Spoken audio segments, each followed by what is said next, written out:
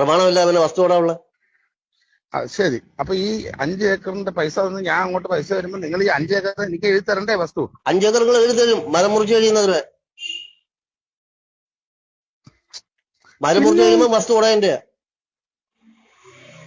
ഇയാളിത് എവിടുത്തുകാരനാണ്? ഇയാൾ എന്താണ് ഇയാൾ പറയുന്നത് മനസ്സിലാവുന്നില്ല. ഈ 5 ഏക്കർ വസ്തു ഇയാൾ കൊടുക്കാട്ടേക്കാണോ?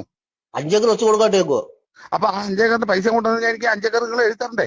5 ഏക്കർ എഴുതി തരും, മരം മുറിക്കുമ്പം നിങ്ങൾ അഗ്രിമെന്റ് തീരും, പിന്നെ ഉടയന്റെ. ഇയാൾ എന്തോ നീ പറയുന്നത്? നീ എവിടുത്തുകാരനാടാ? നീ എവിടുത്തുകാരനാടേ? അത് ശരി. ഇയാള് നേരിട്ട് വന്ന് സംസാരിക്കും. എന്താ പറയാനെന്ന് പറഞ്ഞാൽ ഞാനൊരു കാര്യം ചോദിക്കട്ടെ മാഷെ, ഈ 5 ഏക്കർ വസ്തു നിങ്ങളുടെ വസ്തു കിടപ്പുണ്ട്. ഉണ്ട്. ഇത് നിങ്ങൾ കൊടുക്കാനാണോ? കൊടുക്കാനാ.